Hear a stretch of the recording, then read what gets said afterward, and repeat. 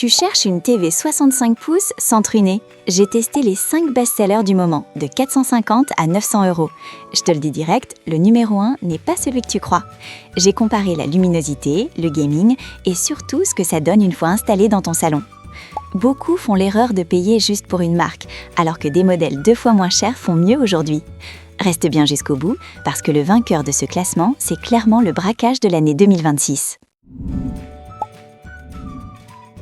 Avant de sortir la carte bleue, voici 3 trucs vitaux à vérifier pour ne pas regretter ton achat dans 6 mois. Premier piège, la fréquence de rafraîchissement. On voit écrit motion rate ou des termes marketing flous. Concrètement, si tu as une PS5 ou une Xbox Series X, il te faut absolument du 144 Hz ou au minimum du 120 Hz natif. Si tu prends une dalle 60 Hz, tes jeux seront moins fluides. Point barre. Deuxième point, le système d'exploitation. C'est bête, mais une TV avec un OS propriétaire limité, c'est l'enfer. Privilégie Google TV pour avoir toutes tes applis sans bidouiller. Si l'interface rame au déballage, imagine dans 2 ans. Enfin, l'indice de réparabilité. En France, c'est obligatoire. Vise une note au-dessus de 7 sur 10. Ça veut dire que si une pièce lâche hors garantie, tu pourras la changer sans racheter une télé complète. Petite précision, les liens en description sont affiliés. Ça ne change rien au prix pour toi, mais ça soutient la chaîne. Voilà, c'est dit.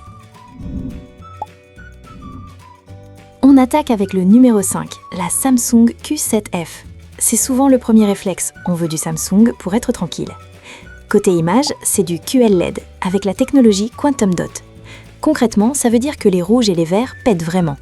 Sur un match de foot ou un dessin animé, la saturation est impeccable grâce au processeur Q4 AI Gen 1, qui optimise tout en temps réel. Niveau son, c'est la bonne surprise. Souvent, les écrans plats ont un son de casserole. Là, un utilisateur note que le son est une merveille.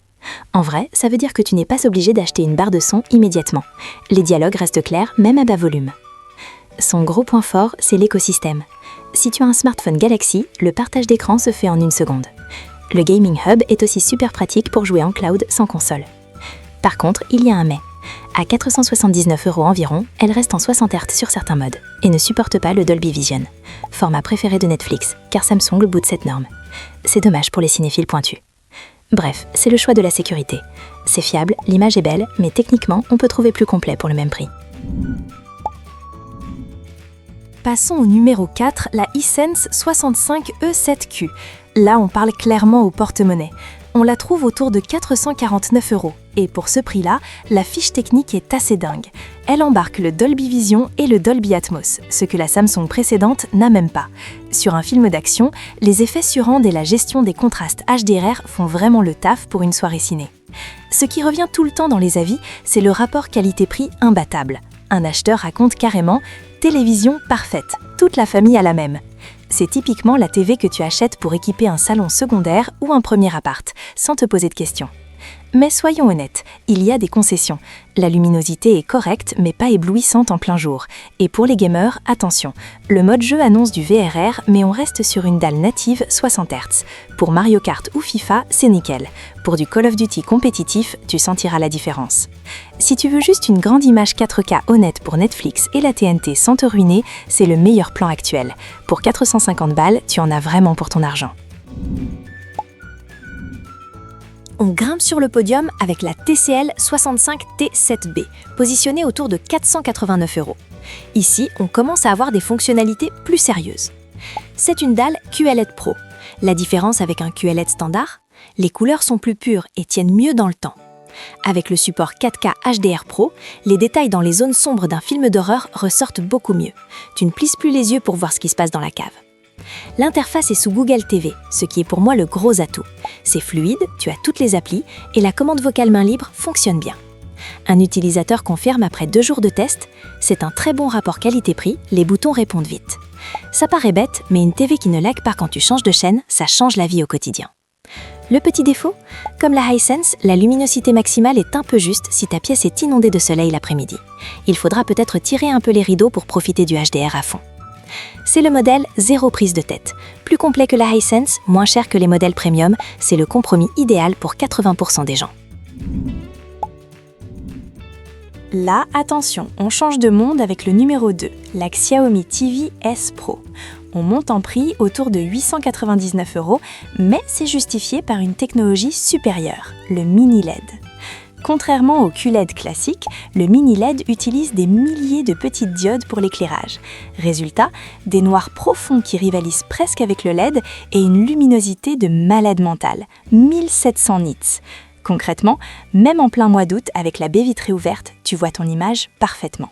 Pour le gaming, c'est royal, 144 Hz, HDMI 2.1, c'est ultra fluide. Un utilisateur conseille, pour une immersion totale, placez le canapé à environ 2,5 mètres et profitez-en. L'interface est facile, le design est premium avec des bords ultra fins, ça respire le haut de gamme. Pourquoi elle n'est pas numéro 1 ? Le prix, c'est presque le double des autres modèles de ce top. Et le son, bien que plutôt bon selon les avis, mériterait quand même une barre de son pour être à la hauteur de cette image incroyable. Si tu as le budget et que tu veux l'effet waouh quand tu allumes Netflix, c'est celle-là qu'il te faut. C'est du cinéma à la maison. Et enfin, le numéro 1, le best-seller absolu, la TCL 65 T8C. Disponible vers 549 €, elle écrase la concurrence. Pourquoi elle gagne ? Parce qu'elle a tout. Dalle QLED, taux de rafraîchissement 144 Hz Motion Clarity Pro pour le gaming, oui, à ce prix-là, et un système son Onkyo 2.1 intégré. Concrètement, le son est bien meilleur que sur les autres modèles grâce au petit caisson de basse intégré à l'arrière. Un acheteur résume bien la situation.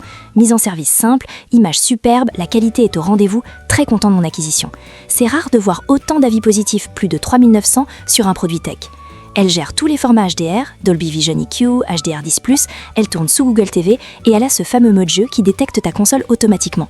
C'est la seule TV de ce classement qui ne te demande aucun sacrifice. Tu as l'image fluide, le bon son et le prix contenu.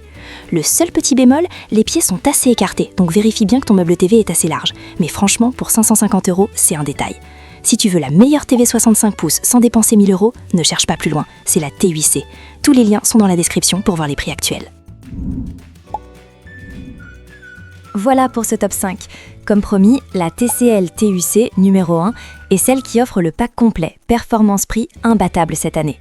Si tu es un gamer exigeant ou un cinéphile, fonce. Si tu as un budget plus serré, la Hisense ou la TCL T7B feront largement l'affaire. Les liens sont juste en dessous. Et si cette vidéo t'a aidé, un petit pouce ça fait plaisir. À la prochaine!